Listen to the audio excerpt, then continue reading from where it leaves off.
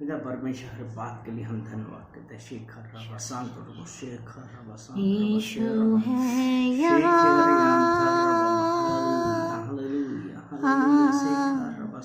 यीशु है यहाँ,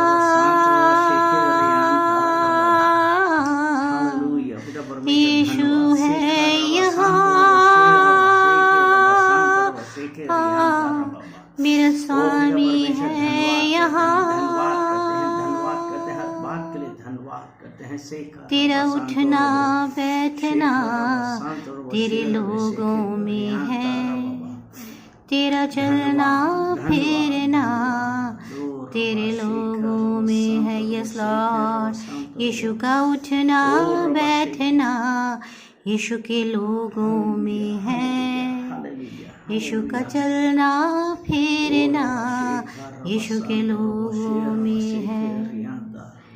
तेरा उठना बैठना तेरे लोगों में है, तेरा चलना फिरना तेरे लोगों में है। यीशु है यहाँ, यीशु है यहाँ,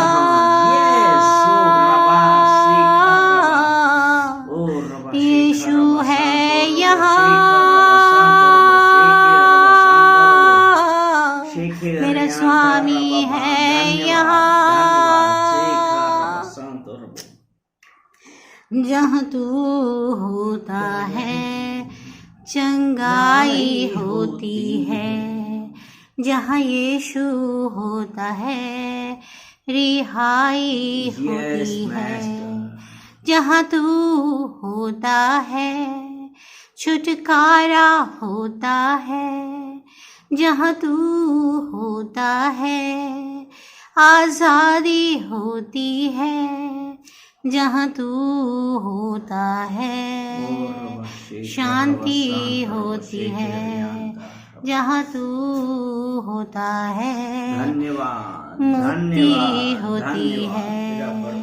अब यीशु यहाँ है तो शांति यहाँ है, अब यीशु यहाँ है तो आज़ादी यहाँ है, अब यीशु यहाँ है तो चंगाई यहाँ है, अब यीशु यहाँ है तो छुटकारा यहाँ है, अब यीशु यहाँ है तो मुक्ति यहाँ है।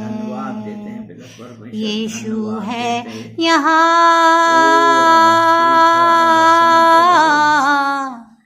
यीशु है यहाँ,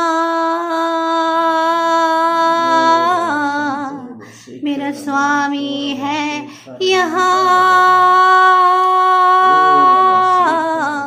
मेरा राजा है यहाँ।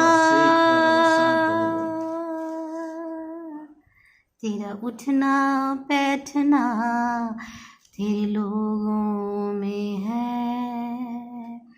यीशु का चलना फिरना यीशु के लोगों में है,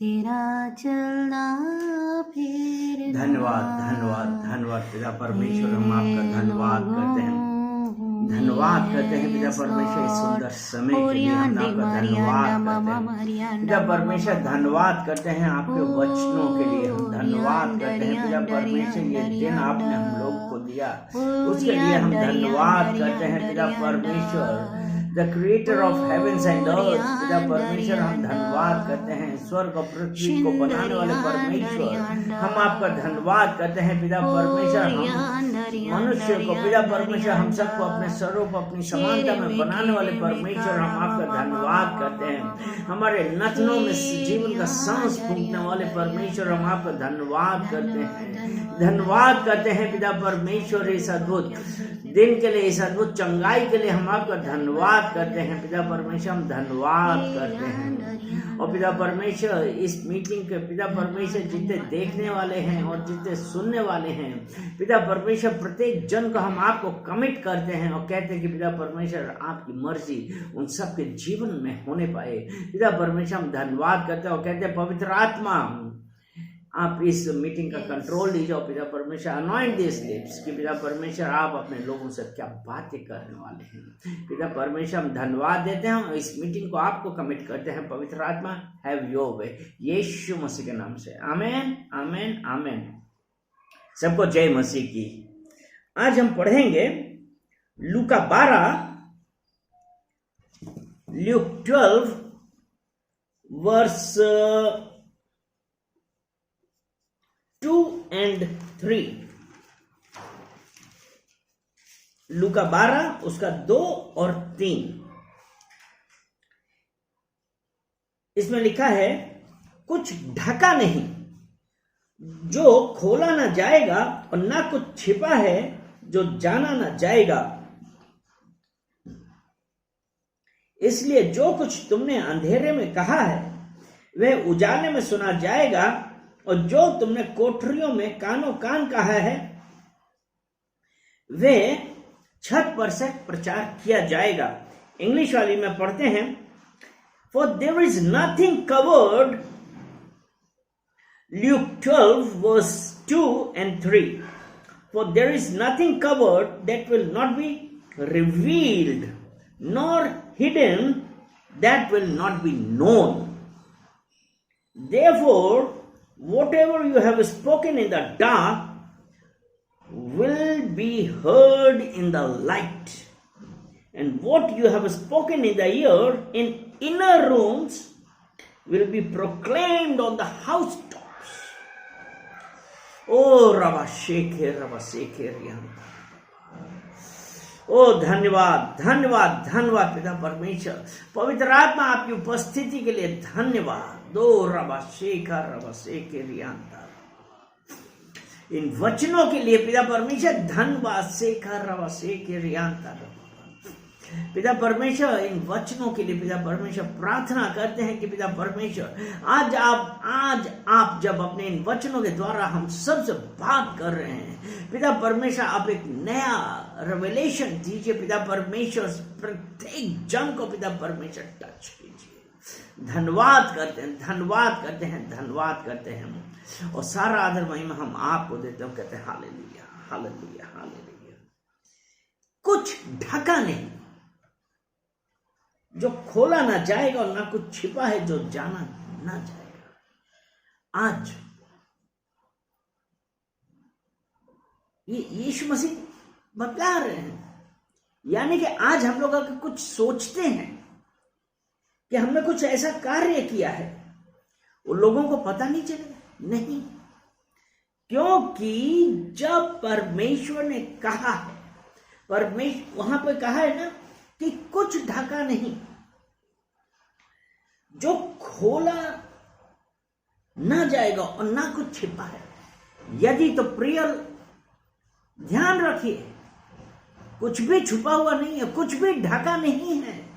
यदि आप सोचते हैं कि चलो हम इसको बतला दें या हम कुछ ऐसा काम कर दें लोगों को पता नहीं चलेगा, तो आप एक भूल कर रहे हैं। क्योंकि परमेश्वर का वचन है ना कि कुछ भी ढका नहीं जो खोला ना जाएगा। यदि आपको इस बात का वो है क्या रे किसी को पता नहीं चलेगा, भूल है। क्योंकि जो परमेश्वर के लोग हैं, परमेश्वर उनको बातें रिवील करा देते हैं। हालेलुया। अगर हम दूसरा कुरिन्थियों उसका 5वां अध्याय और 10वां वचन, यानी कि अभी हमने पढ़ा ना कि कुछ ढका नहीं जो खोला ना जाएगा और ना कुछ छिपा है जो जाना ना जाएगा। यदि आप सोचें आपने चुपचाप से कोई काम कर लिया, नहीं। दूसरा कुरिन्थियों 5वां अध्याय और 10वां वचन, 2 Corinthians chapter 5 verse 10।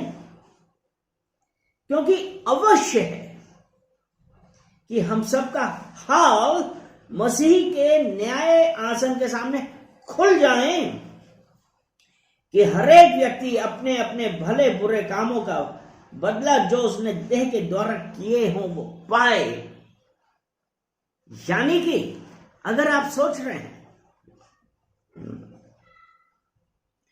कि जो ढका है चुपचाप से किया है, किसी को पता नहीं चलेगा, नहीं, परमेश्वर सब कुछ देख रहा है।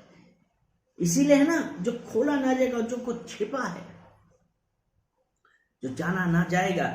और यहां पे यह है कि सबका हाल मसीह के न्याय आसन के सामने खुल जाएगा। यानी कि जब हम उस परमेश्वर के सामने, परमेश्वर के न्याय आसन के सामने खड़े होंगे, सबका न्याय होगा, सबका न्याय होगा। हर एक व्यक्ति अपने अपने भले बुरे कामों का बदला जो उसने देह के द्वारा किए हो पाएगा। इसलिए सोच लीजिए, कुछ भी ढका हुआ नहीं है, कुछ भी ढका हुआ नहीं है।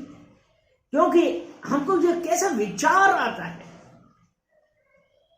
यार कोई नहीं देख रहा है, कोई नहीं देख रहा है।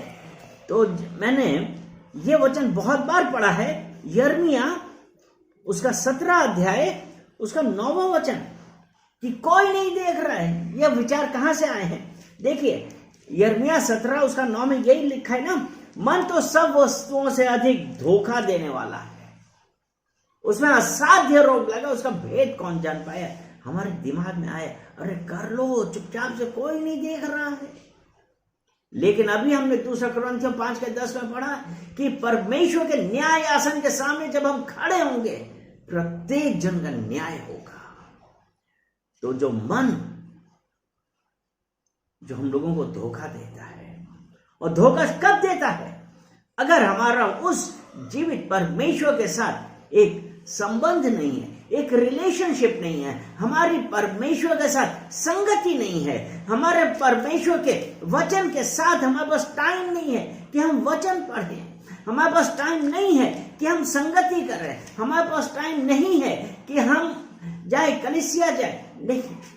अगर ये सब है, क्यों? अगर हमारी संगति नहीं है तो फिर ये तो पक्का है ना, हमारे दिमाग में हम अपनी we do not walk by our mind, हम अपने दिमाग के सहारे चलेंगे फिर, जबकि हमारे लिए क्या है, हम अपने दिमाग से नहीं वरन वी वॉक बाय फेथ। कौन वॉक बाय फेथ करता है? कौन विश्वास के सहारे चलता है? वो जिसका परमेश्वर के साथ एक संबंध है। हालेलुया।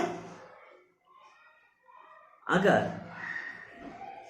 और जब हमारा उस परमेश्वर के साथ रिलेशनशिप है, तो हम मन के ऊपर, मन को कंट्रोल पे नहीं चलेंगे। क्योंकि अभी हमने पढ़ा ना, मन सब वस्तुओं से अधिक धोखा देने वाला है। आपके दिमाग में ये आवाज आती है ना, अरे ये सही है, कर लो कर लो कर लो। अगर हम नीति वचन पढ़ते हैं 14 अध्याय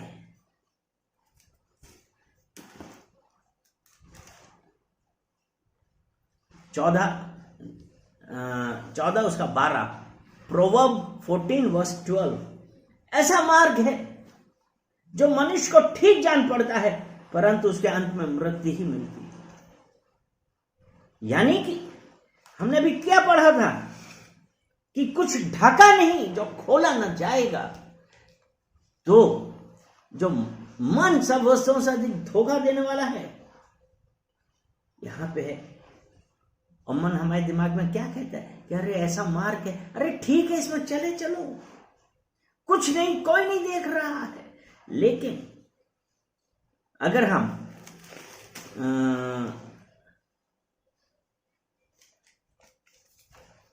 एक्लेसियास्टिस सभा उपदेशक उसका 12 अध्याय और उसका 14 वचन पढ़ते हैं। एक्लेसियास्टिस 14 एंड वर्स 12, सभा उपदेशक 12 और उसका 14 वचन। एक्लेसियास्टेस चैप्टर 12 वर्स 14। क्योंकि परमेश्वर सब कामों और सब गुप्त बातों का, चाहे वे भली हो या बुरी, न्याय करेगा। परमेश्वर हर बात का न्याय करेगा, क्योंकि कुछ ढका नहीं जो खोला ना जाएगा और ना कुछ छिपा है जो जाना ना जाएगा। यहां परमेश्वर हर बात का न्याय करेगा। आप क्या सोच रहे हैं? हम किस उसमें हैं? क्योंकि अभी हमने पढ़ा ना कि ऐसा भी मार्ग है जो मनुष्य को ठीक जान पड़ता है। मेरे प्रियो, शैतान के फंदे में मत आइए। शैतान तो हमको धोखा देने के लिए आया है, इसलिए वो हमसे ऐसी ऐसी बातें करता है और वो हमारे दिमाग पे कंट्रोल करने की सोचता है। अगर हम रोमियो 2 उसका 6 वचन पढ़े, रोमन्स 2 चैप्टर 2 वर्स 6, रोमियो 2 उसका 6 वचन, वह हरेक को उसके कामों के अनुसार बदला देगा। कि कुछ ना कुछ छिपा है जो जाना ना जाएगा।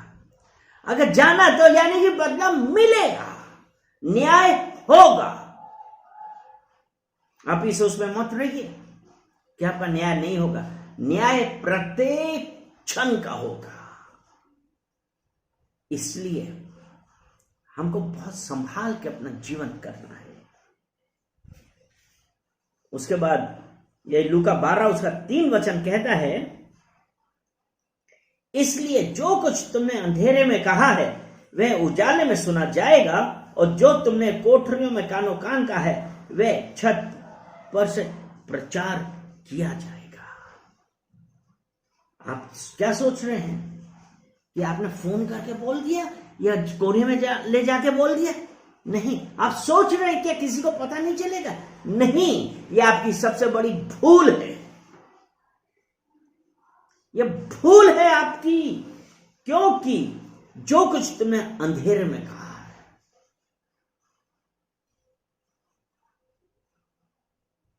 कोई नहीं है, हम घर में अकेले हैं, फोन करके जाके बुराई कर रहे हैं।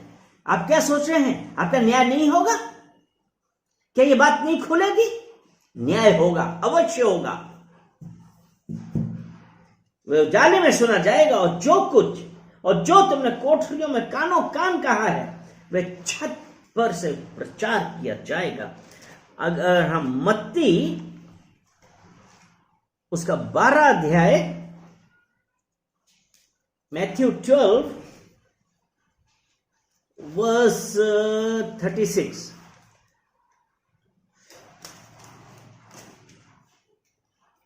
एंड 37, और मैं तुमसे कहता हूं कि जो जो निकम्मी बातें मनुष्य कहेंगे न्याय के दिन, वे हर एक उस बात का लेखा देंगे।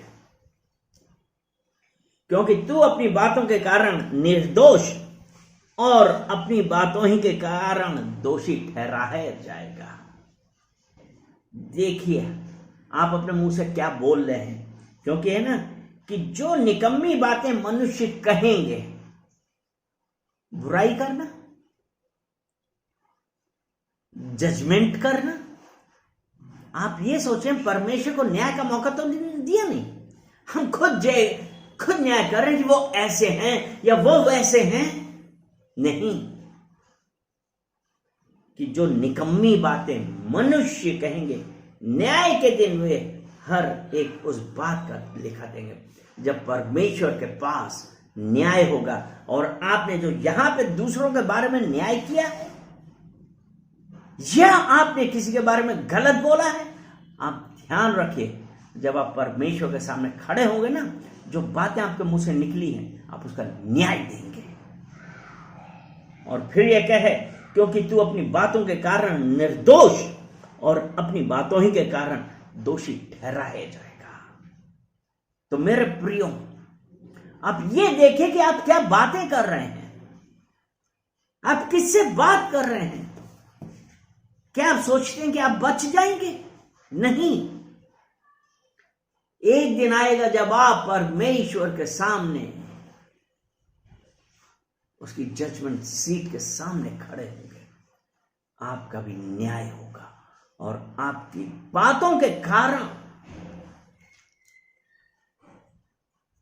और आपकी बातों ही के कारण आप निर्दोष या दोषी ठहराए जाएंगे।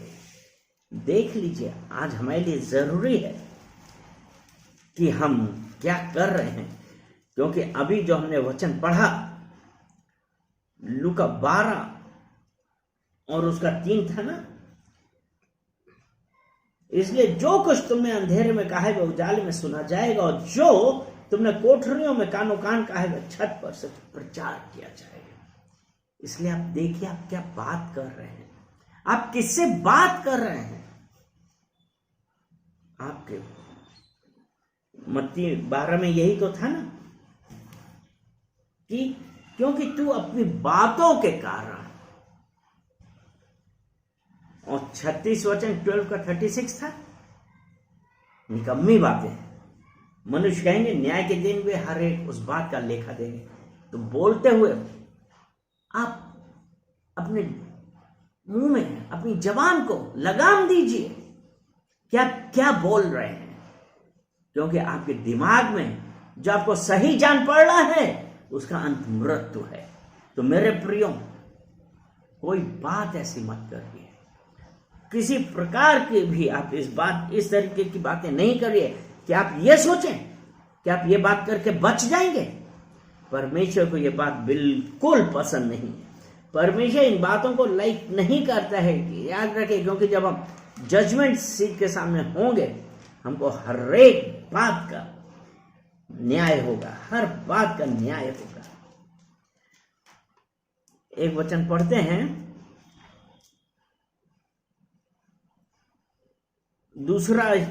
पहला इतिहास 28 चैप्टर, उसका 9वां वचन।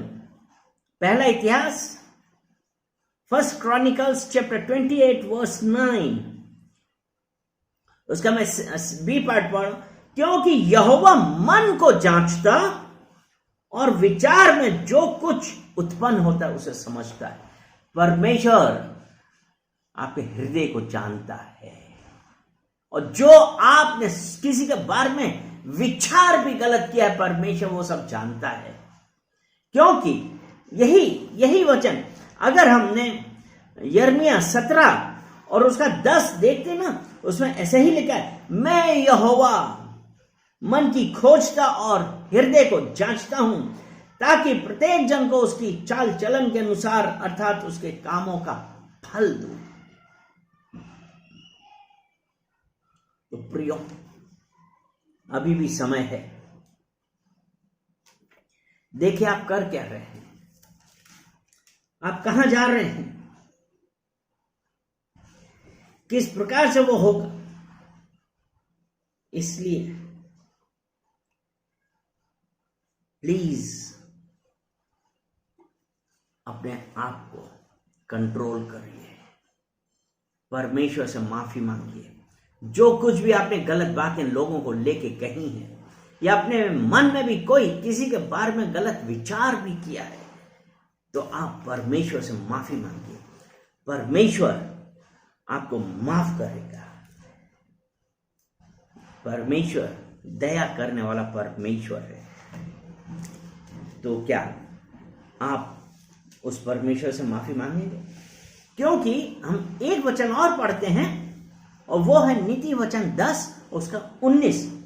जहां बहुत बातें होती वहां अपराध भी होते हैं। जहां बहुत बातें होती हैं वहां अपराध भी होते हैं। इंग्लिश में है, in the multitude of words sin is not lacking। आप देखिए, आप अपनी भावनाओं के अनुसार चल रहे हैं कि आप परमेश्वर के भय में चल रहे हैं। क्योंकि इसे प्रोवर्ब 10 उसका 19 पढ़ा, उसका सेकंड पार्ट है, परंतु जो अपने मुंह को बंद रखता है वह बुद्धि से काम करता है। जो अपने मुंह को बंद रखता है वो बुद्धि से काम करता है। तो आप